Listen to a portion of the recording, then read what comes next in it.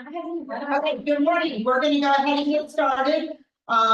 Today is our nuts and bolts, and we have our amazing panel of lenders here that are gonna try and answer questions. Today we've got a lot of questions that are a little different than what we usually ask, but if you guys want to take a second and introduce yourself, that would be great. Brian Canady, Southern Trust Mortgage. Nicki Torres, Movement Mortgage. Michael Glaspie, G2 Business Solutions. So if you've never had a chance to work with these guys, they're all amazing, good resources for us to have. So we're gonna start with one of the questions that is really, I don't even know if you guys will be able to answer this one. But in light of the new NAR settlement, there's a lot of questions out there. Are buyers going to be able to finance the buyer's agent commission into their loan in the event that the seller is not offering a buyer agent commission? Or is that going to be something they're going to have to? Quick answer for me, no. Okay. That's basically across the board. Can't do it. So one of the things we as lenders are gonna have to also do is verify what they're paying you, basically. You know, so if it's 2.5% and it's $7,000, guess what? We gotta verify it in the bank. So kind of understand that. We'll get compensation agreements or whatever that dollar amount's gonna be from you guys, so we can verify it in the bank. So how are they gonna pay for it? So part of their approval process now, in the event that they have to pay a commission, the commission is going to be to show that they have the proceeds to pay for that as well. Okay. Not just like down payment, but Okay. to pay, okay. It'll be part of their bottom line. And one of the big things that we will be asking agents is when you guys send us a contract is the commission agreement. So that we know, like, because there's going to be a new form from my understanding that's going to say what you're expected. And then of course in the contract, we'll either have the part where the seller's agreed to pay you or that, you know, we have it, but we'll be asking that on every file to make sure that we don't get to the end. And then there's commission out there that we didn't account for that could, you know, potentially kill the deal or the buyers does not have the funds. Yes. So will it get standardized form amongst the lender community that you? I would think it'd be y'all's This will- form, not. It's gonna be your form, that's part of your contract, but I would tell you, no matter what, whatever lender, send that to them. So Because if it's gonna be on a CD, it has to go through the whole process, and if you wait until the last minute and do it, and that buyer doesn't have the funds to pay you, then you can have a serious problem right there at the end. So you wanna make sure if your buyer is paying you $1,000 or $2,000, you give the lender that document and also fully make them aware, hey, this buyer is having to pay me commission, so that they're calculating that and all the funds that they need. And that applies to DAs. Yes. Across the board. Yes, Yeah. and Yeah. they did change it to where now a buyer temporarily can pay their commissions. Yes. And that goes, just so I add, Nikki, I mean, that goes into effect on closings, at least our interpretation of it, August 10th. yes, so nothing before then. Is the closing days of August 10th or later? Correct. Buyer, veteran can pay commissions. But prior to that, if you've under contract, then they don't. Okay, so reiterating on the realtor side, August 1st, our commission notifications go away. Closings after August 10th will be when the veteran can pay, if they are obligated to pay. Right. Okay. So we have a lot of investors out there that we all get calls every day from investors wanting to start investing. And they don't know where to begin. What type of financing is available for investors? There's quite a bit. Okay. Quite a bit. So a lot of mortgage brokers will offer some sort of an investment loan out there, and there's gonna be different terms that are gonna be obviously separate from your primary homes. In addition to your traditional mortgage brokers or mortgage providers, there are other options called hard money. All hard money is it's an institution that lends money out to primarily LLCs or other entities besides a person.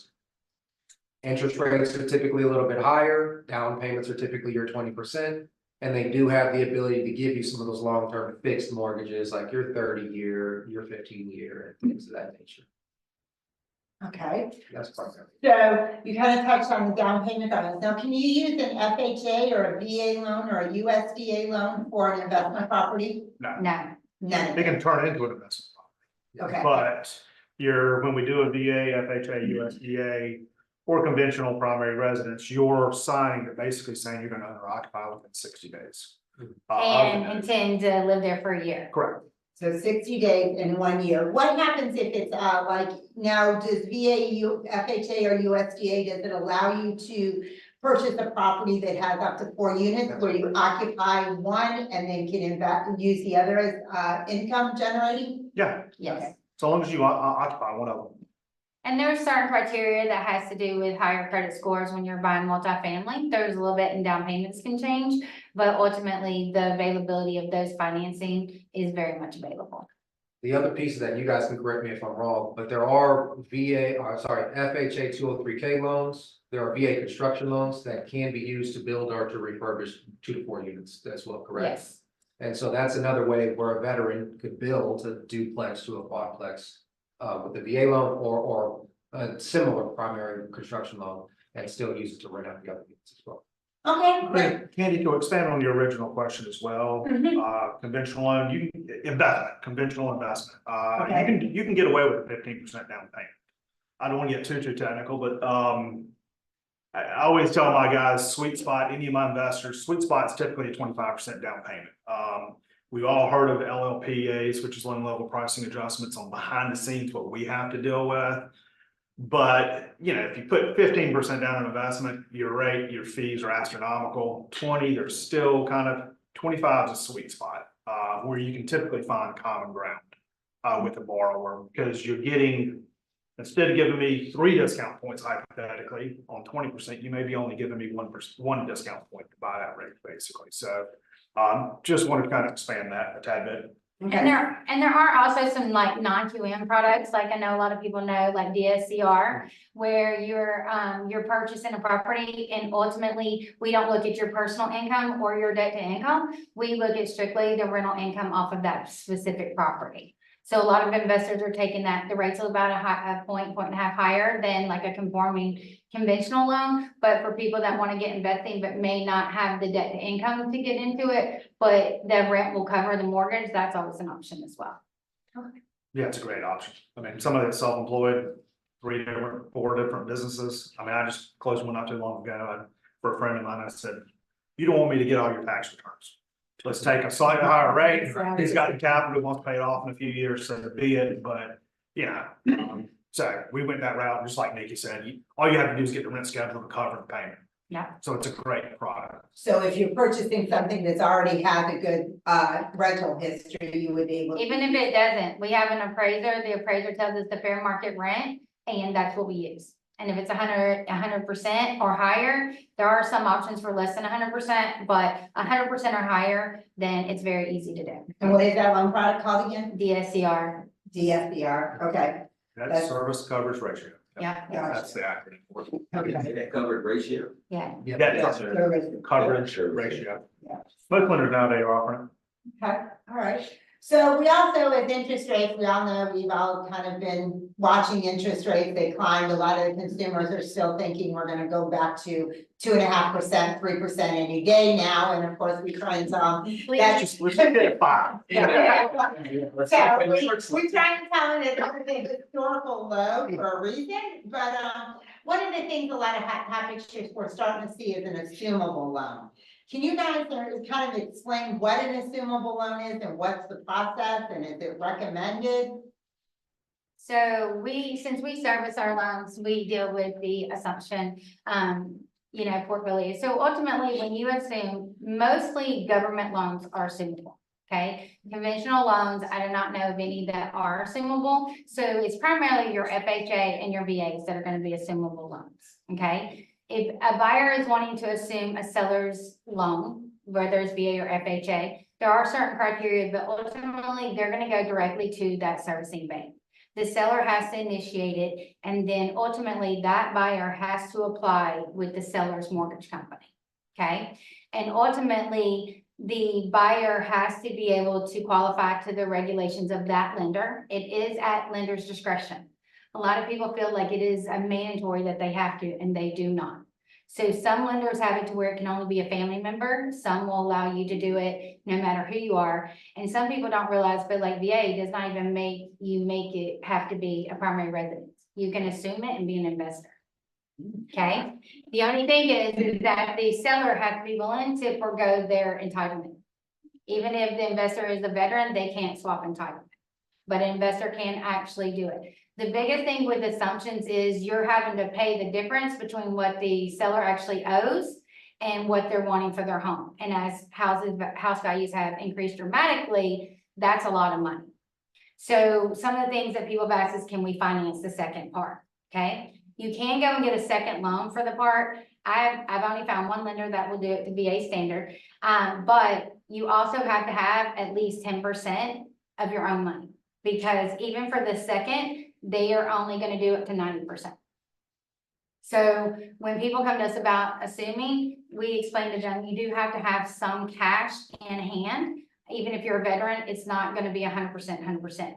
The other option is when you do finance the difference, that second loan has to be an assumable mortgage as well. And that is the hard part. Most HELOC companies, most second mortgage companies will not give you an assumable second. And that's where a lot of transactions end up, kind of falling apart in the end. What I will say to that is, I believe that there's always a solution depending on the situation. So when does that really become useful as a realtor? It's when we have our veteran owners who haven't owned it for very long. There's very little equity in the deal. They get PCS orders or they need to move again.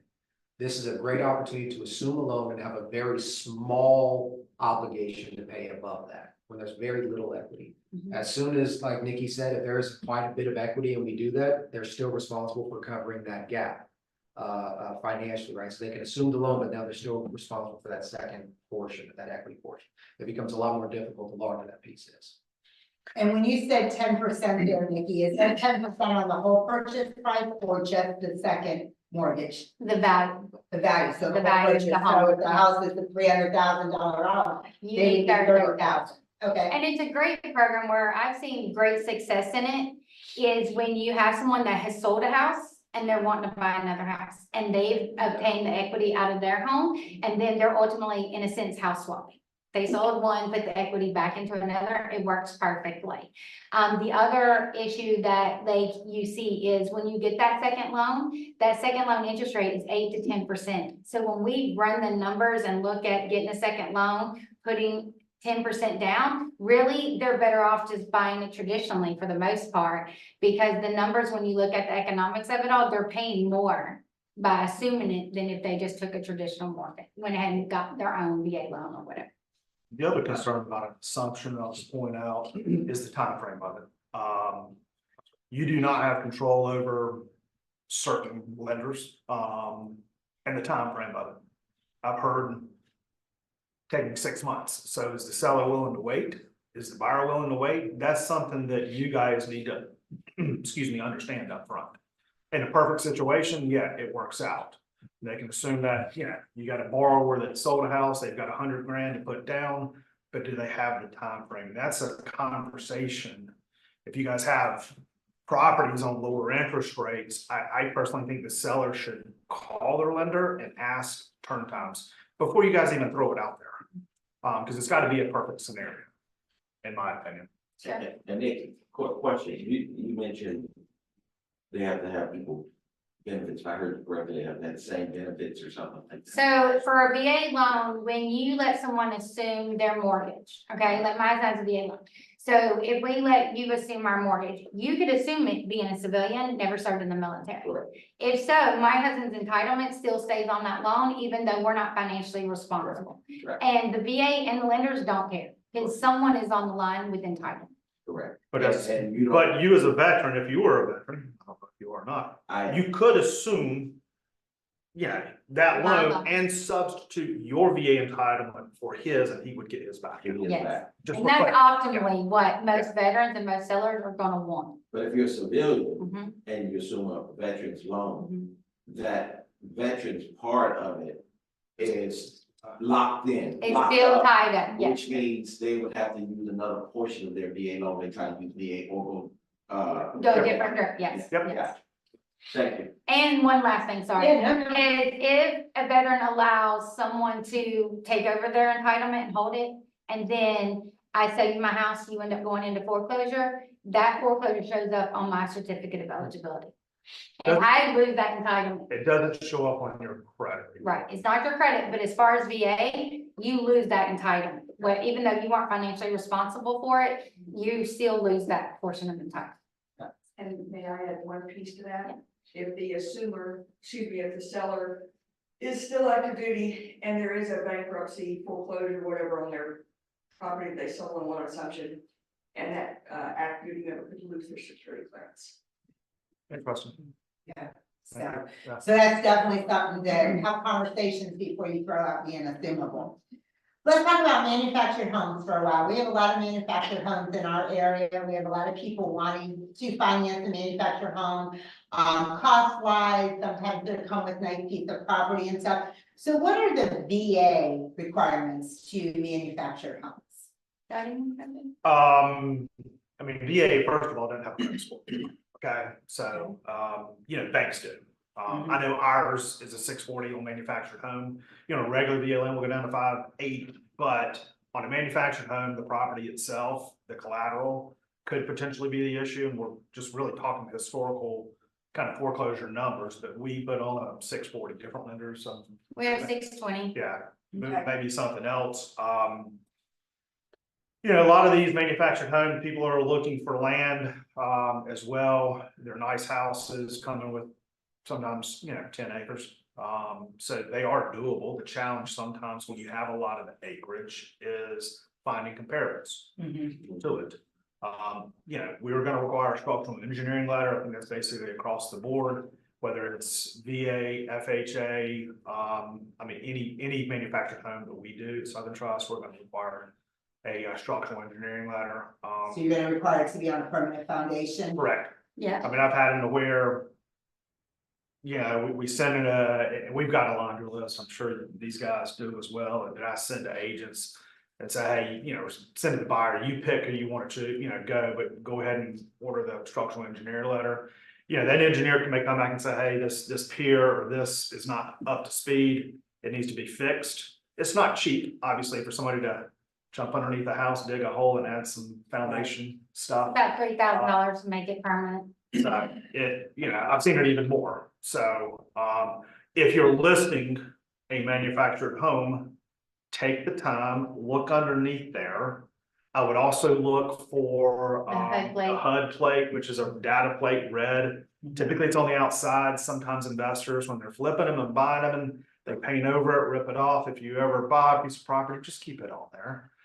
They can be found, yeah, it can be found underneath, what kitchen sink, and I think the master closet is, they're also supposed to be under In the there. kitchen, in the kitchen cabinet, Yeah. inside the door. Additionally, another way to get that data is through IBTS report, which we as lenders have access to, basically. So with the VA loan, is there any age requirements on the manufactured home? February, it's June 15th, 1976. Is it 76 or 78? It's- I yeah, apologize. A little bit older then? Yes, so they can be, there's no age gap, and we have no age gap on any of ours. So we do FHA and VA, and conventional, and we don't have an age minimum. Some lenders will have like a 10-year, 15-year. So that when you're buying manufactured, you just find the lender, right? We don't have that. With, VA, it does, people don't realize this, but VA and conventional, it doesn't actually have to have brick underpinning. It can be on a permanent foundation, but still it has to have like the white skirting or more permanent skirting, but it doesn't have to be brick. But FHA requires that it actually be brick, on a permanent foundation and have like the brick underneath. So FHA is the only one now. What about USDA? USDA, as of right now, they have test cases in other states, but right now USDA does not allow existing manufactured homes in North Carolina. They will do it only new construction. And then conventional, what are the guidelines for conventional? So conventional is very much like like I said, they allow the vinyl skirting. With those two, like most lenders, so like with VA doesn't actually require you to do a structural engineer cert on them. Most lenders do, but if there is a porch or anything that is attached to the manufactured home, then you need a structural engineering letter to say that it is not messed with the integrity of the mobile home. So that's why most lenders overall just say, if you're doing a manufactured home, get the structural engineering cert, because they take time, there's not a lot of people that do them. And you wanna make sure that you get them and don't wait till an appraisal comes in and then requires it. That makes a lot of sense, because I've heard a lot of different conflicting, like, do you need the structural letter, do you not, and stuff like that. Is a termite inspection required on all types of loans? Only VA. Okay. No, It's it's my recommended on all. advice to the clients to get one, and I guarantee each one of your firms has some kind of CYA, because, you know, just like many things, you get a borrower into the house, and I don't care, you know, who the borrower is, something goes wrong, who's the first person they're gonna call? Yeah, Them or us. You guys first, and it's gonna be us. yeah, exactly, exactly. So if a home has, previous termites or active termites, is a structural engineer letter required, or can that letter come from a general contractor? We're fine with the general contractor, but sometimes if it's not treated, all we want is the treatment. Now, depending upon how that letter reads, because I'm gonna tell each one of you, get the termite letter to your lender, let them make the determination. Because a lot of times I will not get a structural, a general contractor's letter, if you will, just because it's not needed. Okay, so that is not a requirement every time Yeah, termites. I mean, It we've been doing it depends long where. enough. It used to be, and you guys have too, it used to be, hey, anything other than box number 4, give me a letter. Right, That's not the exactly. case anymore. Okay, So really, it's where the termites are, and if they're on your letter, it talks about, like, if it's in a floor joist, or it's in like, you know, something that could question the foundation or the structural integrity of the home, is when a lender's gonna require it. But if it's like on the wall and, you know, or, you know, evidence of termites, but there's like no defined like verbiage in your letter that says, hey, you know what, there may be an issue with this, then we're not gonna ask for it. But so you're saying, if I'm understanding, most people have gone away from it where it says, previous infestations shown treatment performed or stuff, or no treatment performed, there's a good chance they may not need the letter, if that's the case, unless it's somewhere structural. I would agree with that. yes, Okay. And again, don't wait until the last minute, no surprises, get your termites up front, get them to your lender, and then just ask.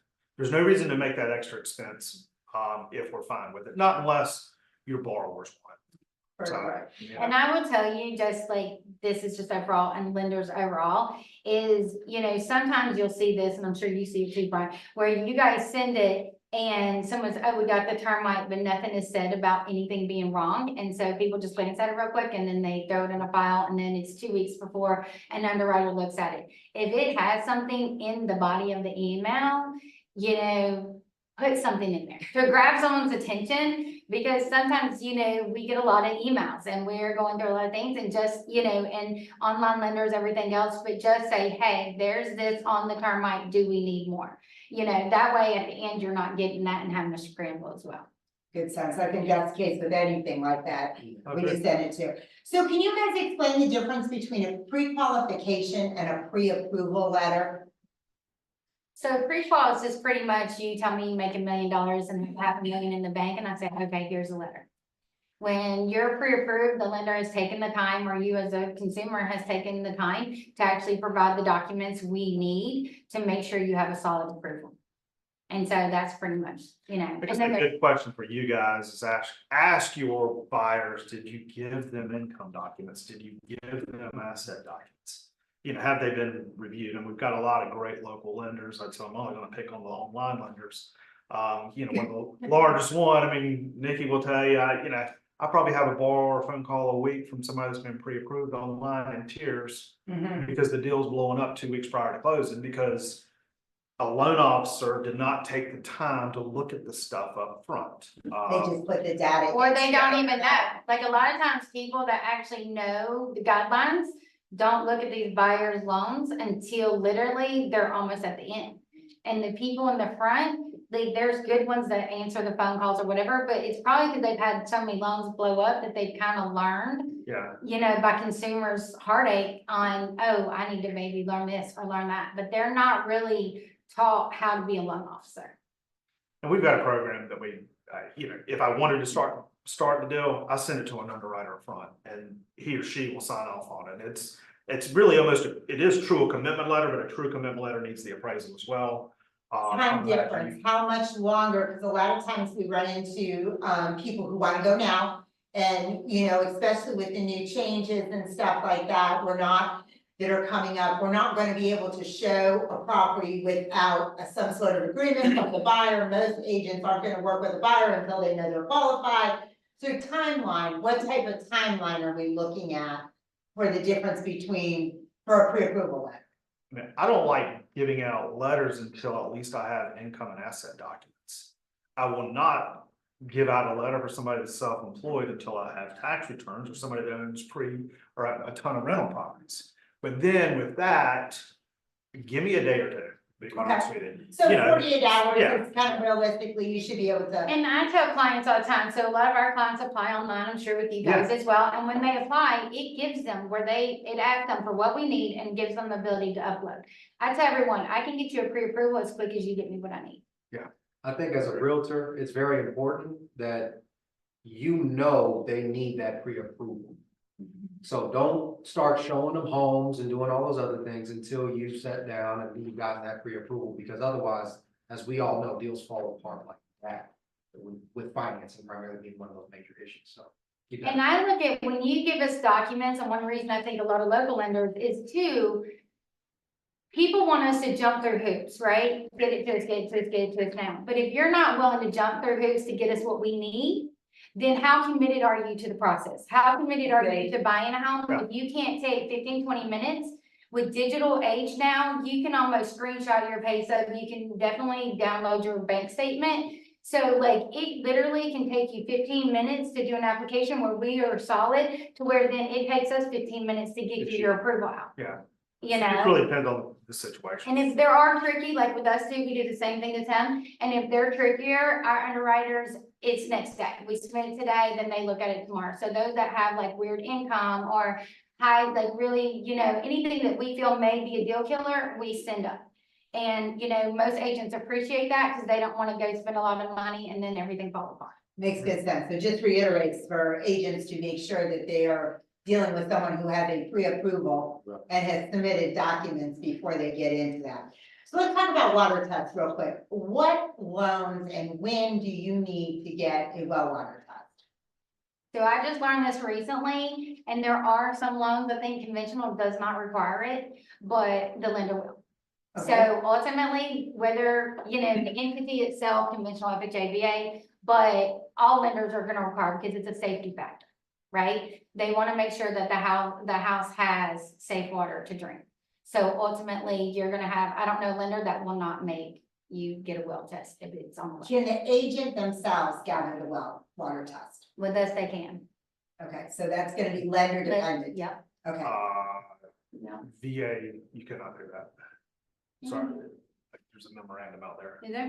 Yep, sorry. Okay. Just kind of add, I mean, FHA, VA, I mean. I know at the time. it used to Again, be when a you've big got a deal, well and that's why I was septic, asking. you're making sure that the bad stuff ain't leaking into the good, you know, drinking. Right, water. right. So on conventional, we don't necessarily require a water test, not unless there's something in that contract, or now if you put it in the contract, water test is gonna be done. But you know, we don't necessarily require one. My answer on VA, you could not. We don't want an interested party taking the water sample, okay? And the reason is everybody's trustworthy, but there's gonna be one bad apple at some point in time. Mhm. How do you know that they didn't go down here, get the bag from Microbac or whichever, because there's a lot of home inspection companies doing them now, which is fine. And didn't go to their local faucet and just fill it up and take it right back. Cause I just been doing it too daggone long. I mean, you sit there. I mean, I remember years ago, we had to dig a well because the lead, we couldn't get the lead out of the water.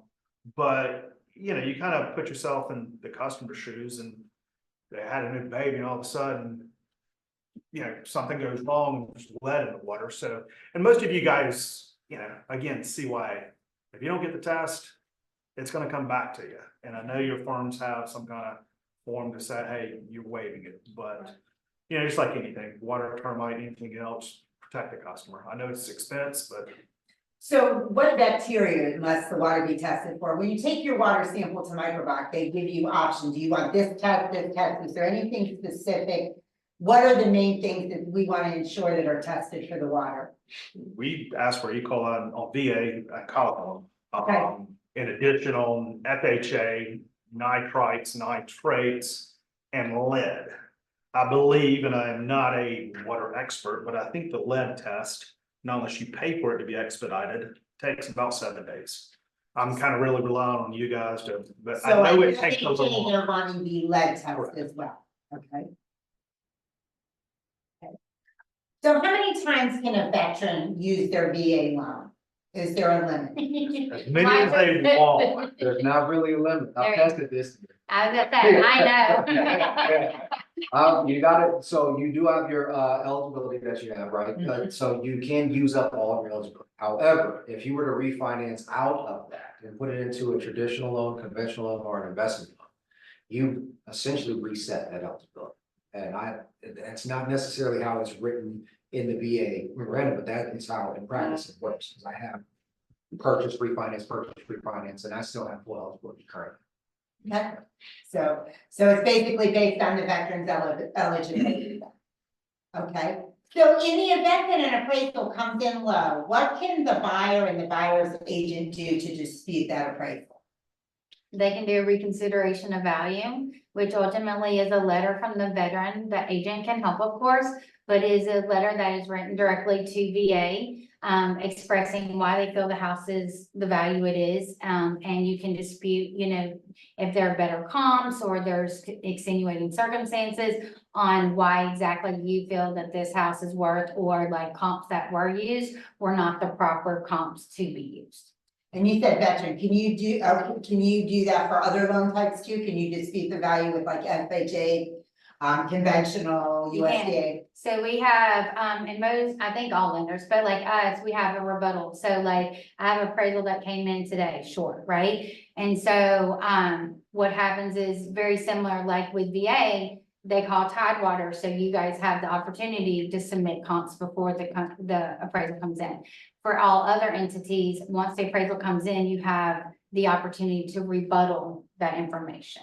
And then we send that information to the management company and they get with the appraiser, and very similar to Tidewater, and discuss, and they can change the appraisal. Okay, Same But I would- applies for commercial loans as well. okay, One thing additionally, I think Nick's gonna agree with me is, yeah, we're looking for factual data. Did the appraiser mismeasure? We're all human. I've seen it. But if you're supplying comps, you cannot have a comp after the effective date. The effective date is when that appraisal went out there. Every comp has to be done. I don't care if 10 more houses close after. Maybe a good argument, but a lot of, when we review it, we want it effective date or prior. makes good sense. So we mentioned on some of this on a self-employed person, what type of additional documentation does a self-employed person need to apply for a home mortgage? Firstborn, blood So, sample, yeah. tax return. So And just- pretty much tax Go ahead. returns, federals, so it's gonna be your, if you do like business tax returns, it's gonna be business tax returns as well as personal tax returns. Your K1s, your 1120s, but the full tax return, and depending on a couple things, it could be 1 year, but most lenders are in the beginning gonna ask for 2. And it's all tax.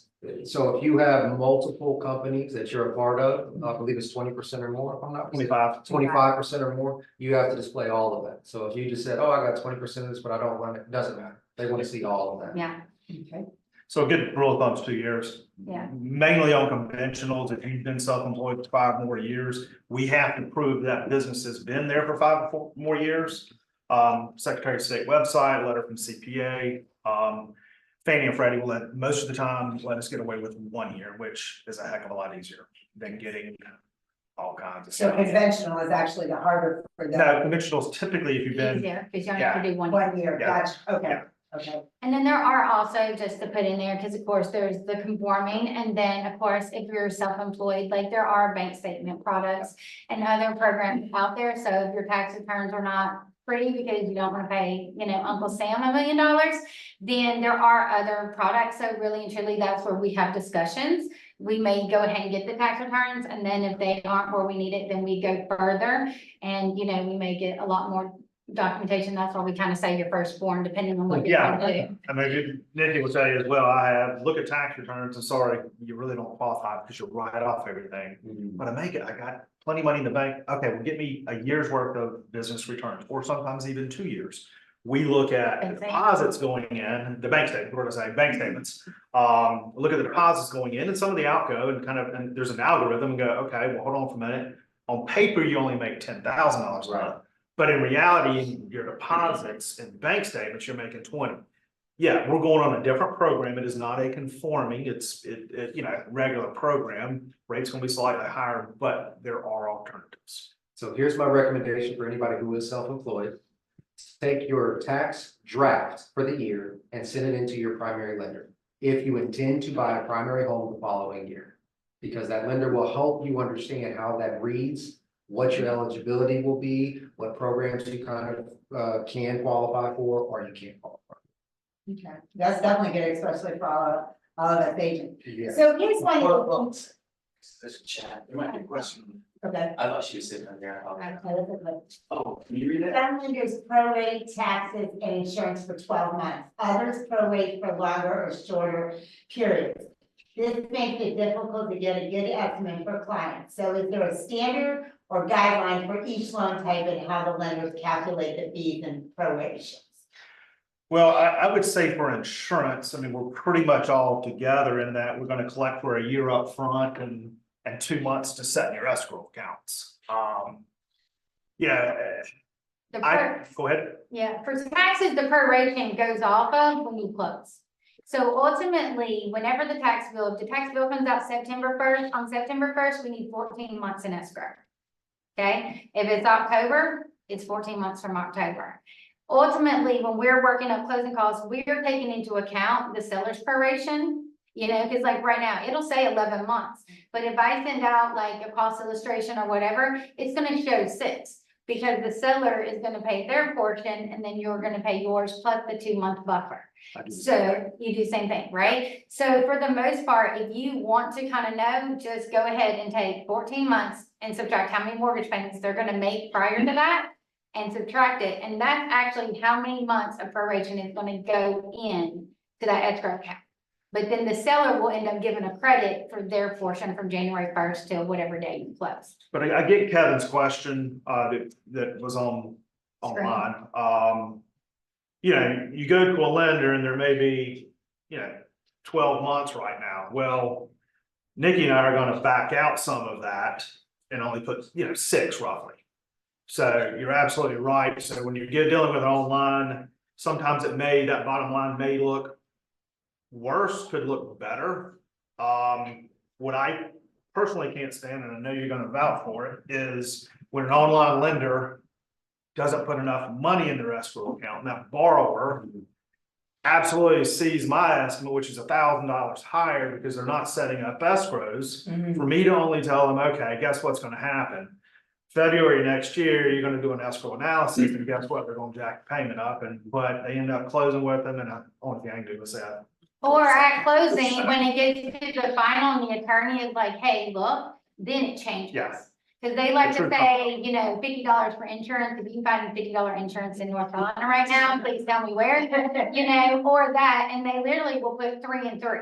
Yeah. On lenders, they're famous for 3 and 3. Now, when you get their final CD, it's 7, 8, but ultimately in the beginning, when buyers or even you guys are looking at how much closing costs do we need, look at that. Because if it's really low and it doesn't have at least 6 months, honestly, 6 months is like the average, then there's gonna be a shortage there that they're gonna pay at close. Yeah, and that was one of the questions I said is, someone asked, is there a good estimate? They had heard that 3.5% when you're trying to tell your client how much they're gonna need in closing costs, that 3.5% of the purchase price is a good estimate. Is that an accurate number? Yeah, growing up, I mean, we used to have a estimate, 3%. yeah, 3%, but, you know, honestly, house prices, I mean, $150,000 house, 3% is 4,500. $300,000 house is, so, you know, you gotta think about it, the attorney fees are basically $1,100 roughly. Appraisals anywhere from, you know, $600 to $800. A lot of those fees are set, so to give a percentage, you know, years ago, yeah, we used to say 3%, but today's market, no. And insurance. Talk with the too. lenders, I agree. yeah, I would say that they would probably be better off if they're trying to estimate closing costs to do exactly what he's talking about, where let's figure out what the attorney closing costs are, let's figure out what these are, and have that as your baseline. And so you add it in there, because percentages now are just. And then the biggest thing, when you would have to know your lender, because each lender has Correct. Yeah. fees And involved. every fee and every loan type. So Right. like, you know, what an application fee is on a VA loan to versus an FHA loan or a conventional USDA, like those, how much appraisals. You do a conventional or FHA, we may can get an appraisal for $600, but VA, you know, it's $800. And as agents, I mean, I know it may sound like, well, wow, that sounds like a lot of work. But if you guys have been selling real estate for more than a year, this is just you collecting information over the years. Just putting the data together. Exactly. But I would recommend, and I think you guys agree, run it by your lender. Absolutely. Don't go throwing numbers out Right. without running it by your lender, because your lender's gonna know. Well, and people, when they wanna do that, then I say, look, you know what, below 250, do it at 5%. It's really around 4, but you know, do 5%. And then if it's over 300, then you know, probably 3 to 3.5 is probably reasonable. That's on the very high end, but it's realistic. You wanna cover all your bases and everything under the sun, those two amounts will cover everything for both of those in the typical market. People always love you when you save them money, not when you cost them money. agreed, and most local lenders are gonna give them an address and they're gonna get you numbers, you're gonna know pretty daggone well. And Right. honestly, if you've had that conversation, they wanna go on an online lender, well, you made that choice. Pick up the phone, call them on the weekend and get the numbers. Oh, they're wrong? Sorry, that's on you. Right, right. My opinion. Sorry. I know, any level, we don't care, just let Right it now, people are talking about buying down their interest rate. Can you explain that process and the cost involved in that? You know, growing up, as long as I've been doing it, daggum it, it used to be, we would have a par rate. And we still have par rates, but typically the discrepancy between a par rate where you're not buying it down, let's just pick 7%, okay? With no discount point, you're not buying it down.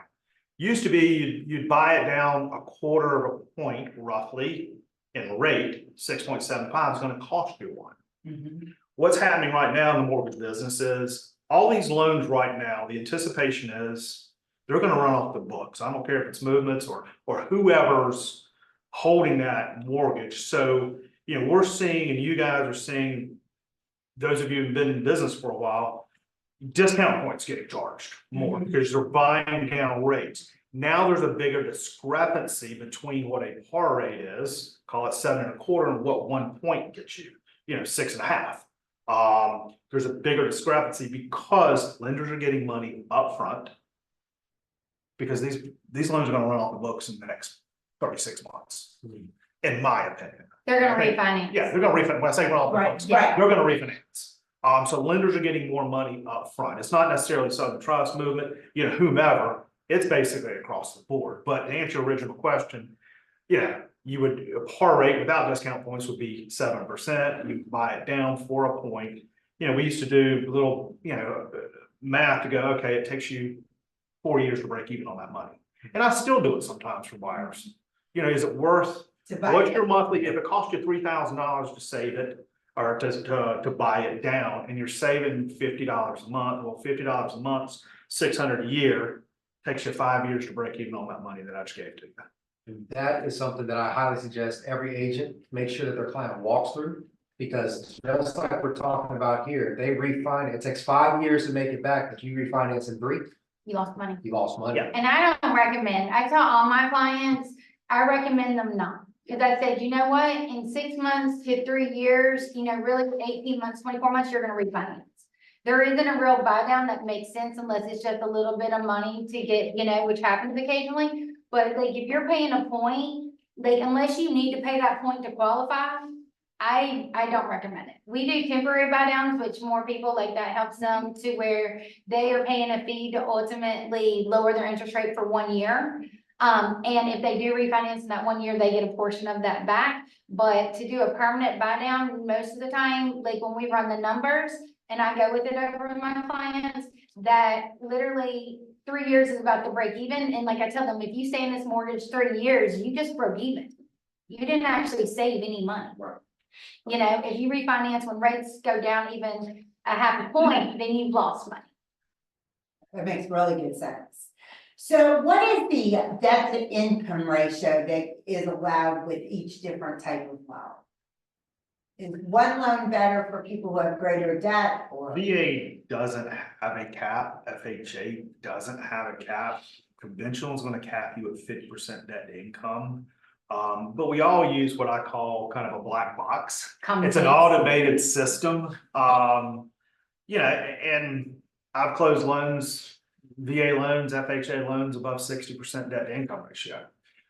But the little black box is weighing a customer's data, income, assets, credit versus millions of other loans out there. And all it's saying is a very small portion of these loans are in foreclosure. So it comes up and accept.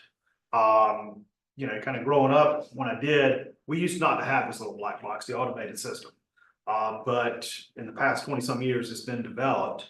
So if it doesn't come up and accept in the system, then it's old school manual underwrite, putting pen to paper, you do verifications of rental if they're renting.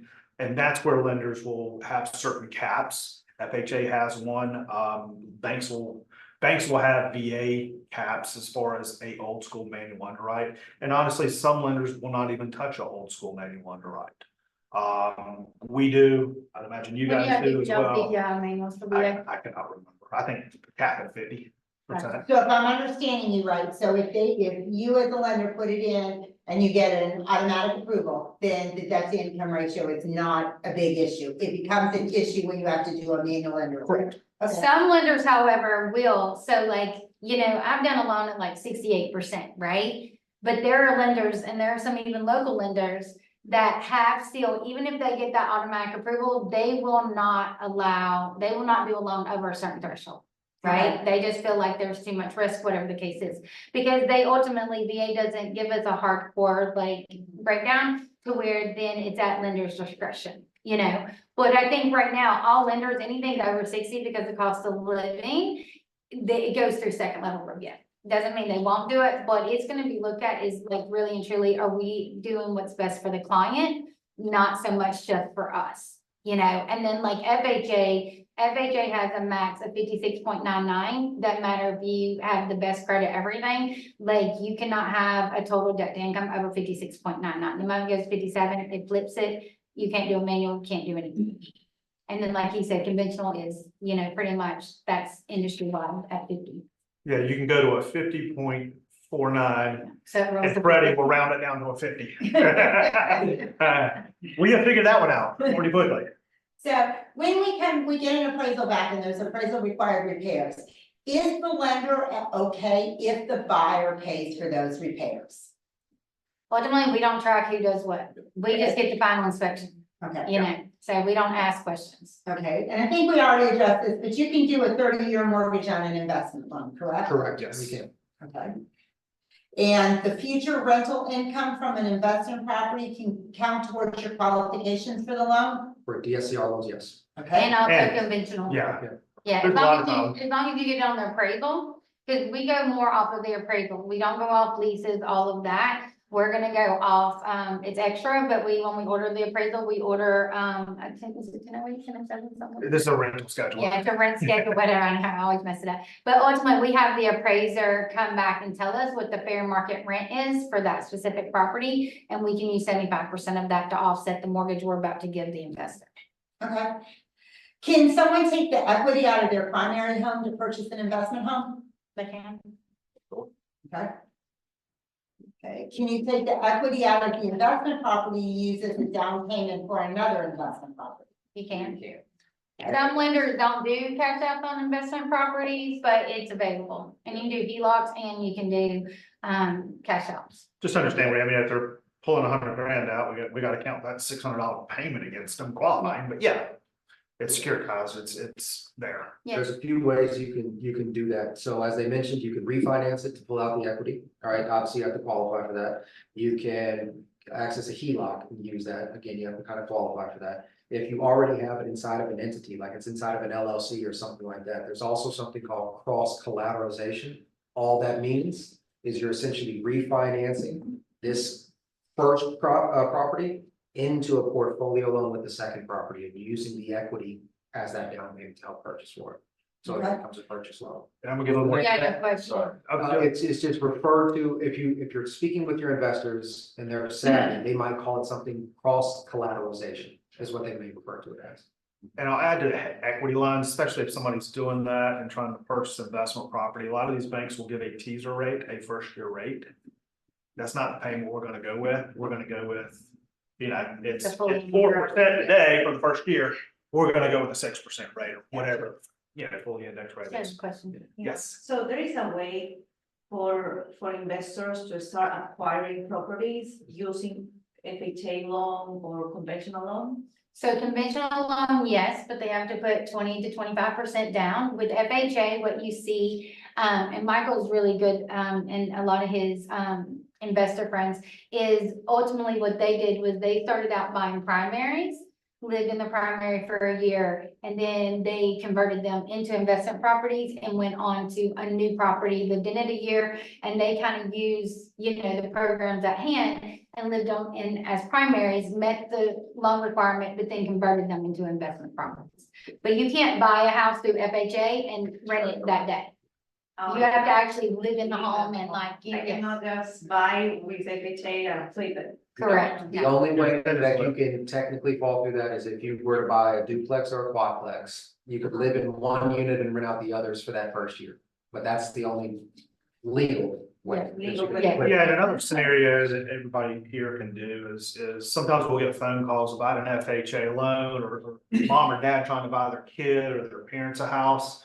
So long as the kid or the parent is the occupying borrower, the whoever can be a non-occupying borrower as well. Does that make sense? But someone that's on the loan or Has to then that has to occupy, but for investment, you either have to have substantial money, like, 20% to put down, sometimes 15. Or the only other option is for you to purchase a home, live in it, and then decide to convert it into an investment later. There is one other technique, some people call it a live-in flip, where you would buy it with an FHA or VA, you would live in it, but then you would sell it after the value increases. All right, now here's a couple of things that you have to understand about it. Let's say you bought it, it was fine, but then you did the renovations and the equity, grew enough that you could sell it. Well, if you live in it for 2 out of the past 5 years, when you go to sell it, you don't have to pay capital gains up to a certain threshold of income. If you were to only live in it for a year and then decide to sell it next year, well, now you're responsible for all those capital gains. So it's still a technique where you could technically invest, if you will, but there's more sides to that coin that we need to evaluate to make sure it actually makes sense. He's a really good resource for investors. Yeah. Yeah, because maybe for someone that doesn't have any property and is renting, maybe it's good to have the first house with FHA loan or conventional loan. And live in it, Yes, and they would live in it and start investing in themselves first. yes. And then, once they have that, then they can look to buy properties to like rent out to other people. Go Go ahead. ahead, no. Well, if they're younger, this is very popular amongst single soldiers and things of that nature. They could buy the home with FHA, VA, live in it, single family home, and then rent out the rooms as well. That's something that's very popular with the single soldiers here. Yes. So that's another way to make it investment savvy, right? But it's still a primary home. Oh, yeah, that's a good one. Okay, thank you. She used her words that I want to reiterate. What is the rule? Is it still the 91 days with an FHA and a flip?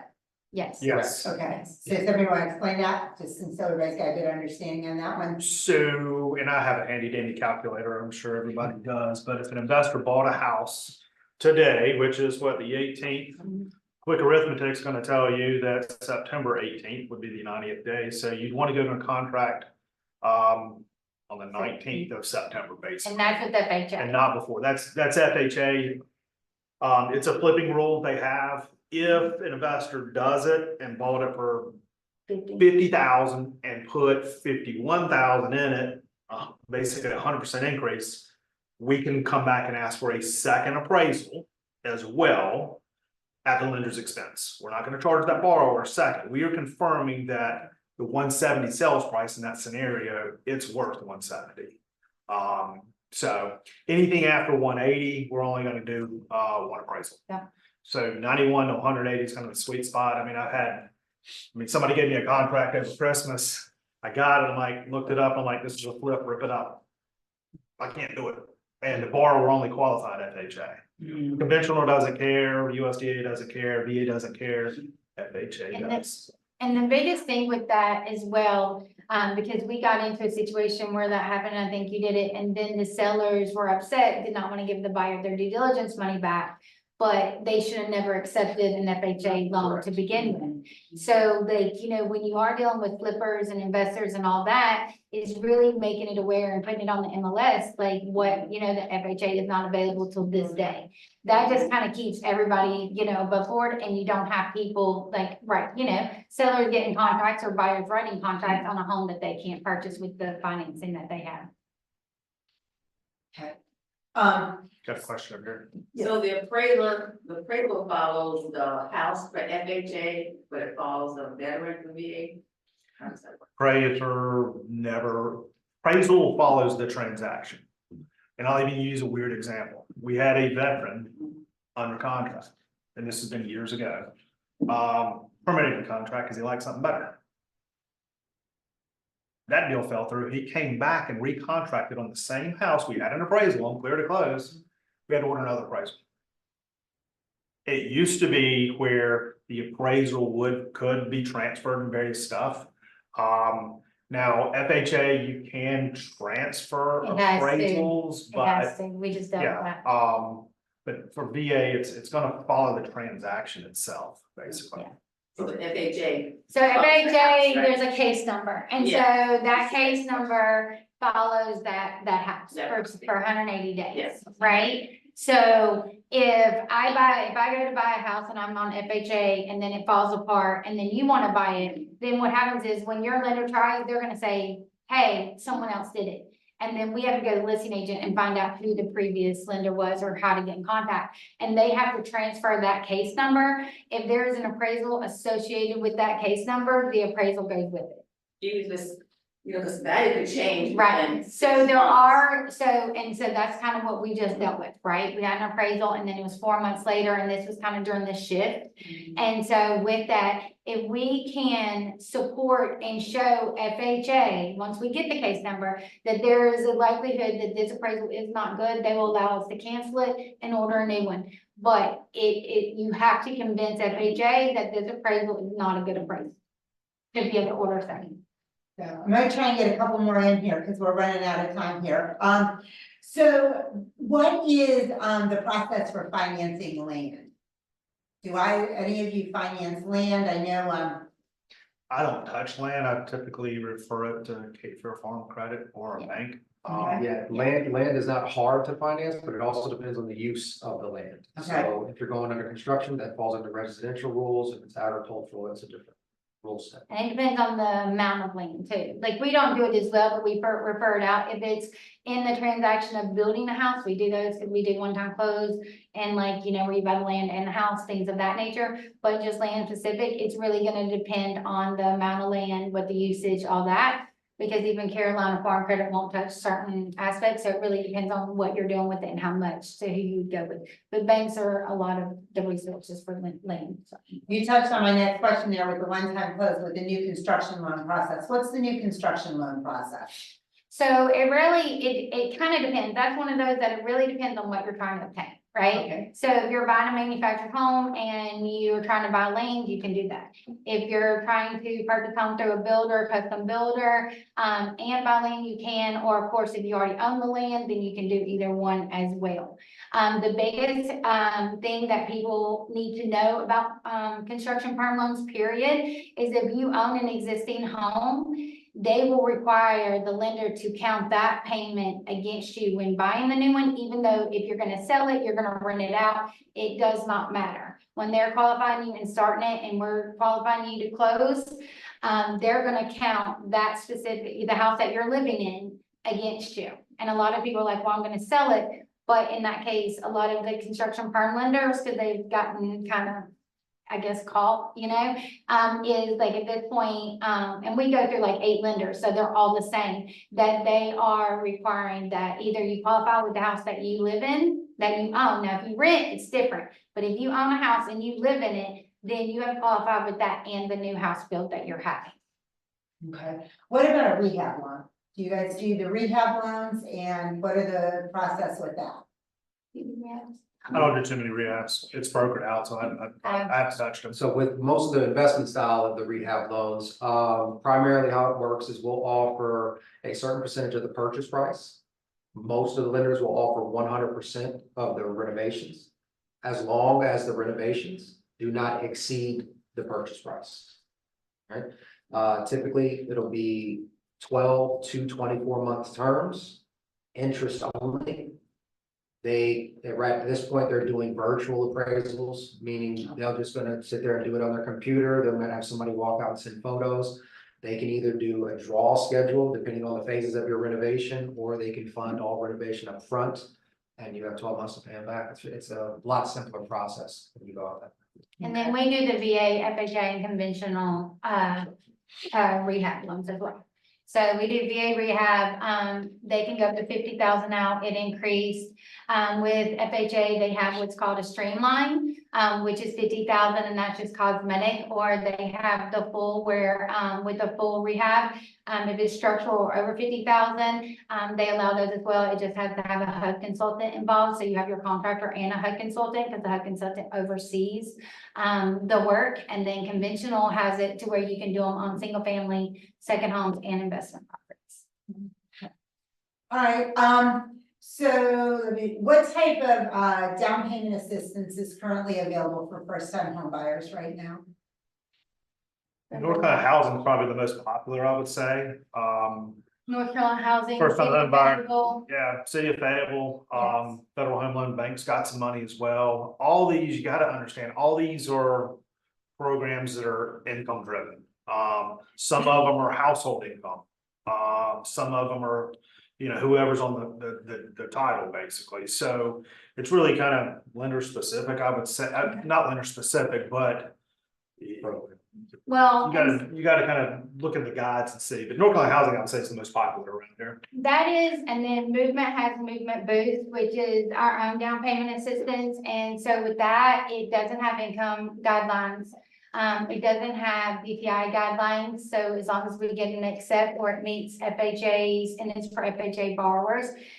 With this down payment assistance, it does have a payment associated with it. But the good thing is you pay on it part of your mortgage for 3 years for our 3.5% DPA. And the other half is forgiven. And for the 5%, you pay on it 5 years and the rest of it is forgiven. The really good thing about that, which has been very popular, is it has a 620 minimum credit score. You don't have that 45%. So we can go up to like 56.99 as long as it's approved.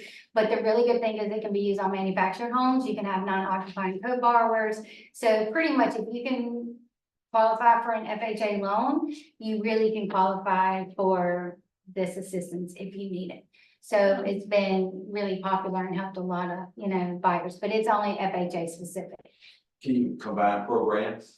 So with that one, you can't. Now with CPLP, with North Carolina Housing, as well, and the coalition is working on reestablishing their funds. So last year there was a program where you would get 30,000 if you're a first time home buyer, you would get 30,000. And they paid your closing costs minus $500, and the closing cost was instantly forgiven. So they are working on, they just finalized all the last vouchers that weren't used. And through legislation, I think they're about to get a whole bunch of more money. And so that's supposed to be coming out in the fall. So like with that program, you could use, I had a lot of clients that use that program and like North Carolina Housing and stack them. And then you have like the CPLP, program, which is also very much like income driven, but you can stack that. So if y'all seen on Facebook where it's up to $65,000 in down payment assistance, all that, that is because it's CPLP and the 15,000 being combined. The only thing that a lot of lenders don't share in that information though is that with it, it is a very, very tight income demographic that is eligible for that much down payment assistance. You know, the average person is gonna get about the 15. Okay, all right, well, there was a question online, and we have one other question, and this might be mostly for you, Michael, is like commercial. What do people need to do if they're looking at qualifying into like an apartment complex or an office building or a shopping plaza? Yeah, great question. So with commercial, you have two different forms of it. Primarily you have a non-recourse and you have a full recourse. The full recourse means that you are liable if the property was to foreclosure, they could still seek you for any type of gaps in what they can collect. Non-recourse means that there's no liability to you at all. It only ties into the building. Everybody wants non-recourse. You have to qualify for non-recourse. That's not what's out there. So what they're primarily looking at is they will do an LTV versus a DSCR, debt service coverage ratio, and they're going to use that to evaluate what the maximum loan amount is going to be. They're going to give you the lower between the two. That's important to understand. Most commercial loans, they're primarily concerned with the business or the asset's ability to pay back the loan. So oftentimes they're willing to do a second position, also known as mezzanine financing in most cases, but they're willing to do a second position. Just as they referred to earlier, they will still require a small amount to come from you, and oftentimes that can be 10% of that whole position there.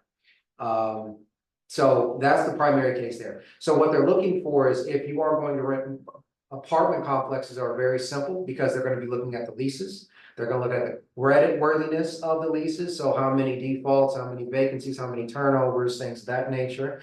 And then they're also going to look at what they like to call stable or stability. There's a certain level of occupancy that reaches stable. 90% occupancy or more gets you qualified for the really good financing from like Fannie and Freddie in the commercial space. On the office space, if you guys are not aware, office is getting punched in the throat right now. They had a ton of variable rate mortgages that are all coming due this year over the next 3 years. So many lenders, in fact, are not willing to finance office, or if they will, they're going to give you a much lower loan amount, meaning you have to bring in a lot more capital. So what lenders are actually entertaining right now is the repurposing of office spaces. So maybe turning them into indoor storage, turning them into multifamily or hospitality or something of that nature. So you can take an existing asset, treat it as one asset class, office or whatever, and you can get a loan to repurpose that asset class as well. Okay, all right, and we had one question online, and it said, can you tell me if VA sellers can extend that 5-year period to 10 with orders and avoid the capital gains tax?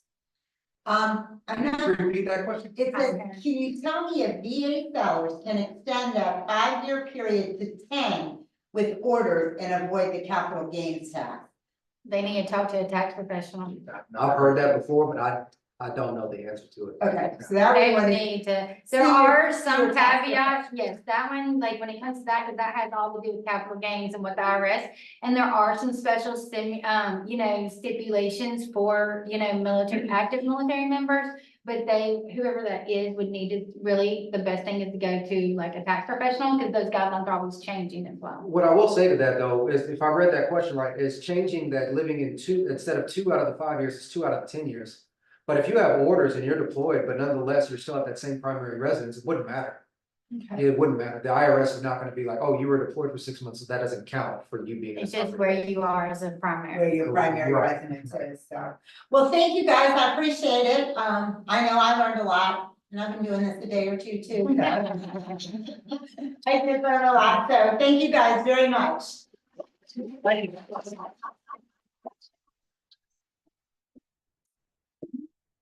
You want to do a selfie before, everyone takes off? Selfie, Thank you. Of course. Lord. Yeah, tell the story. Okay, tell the story.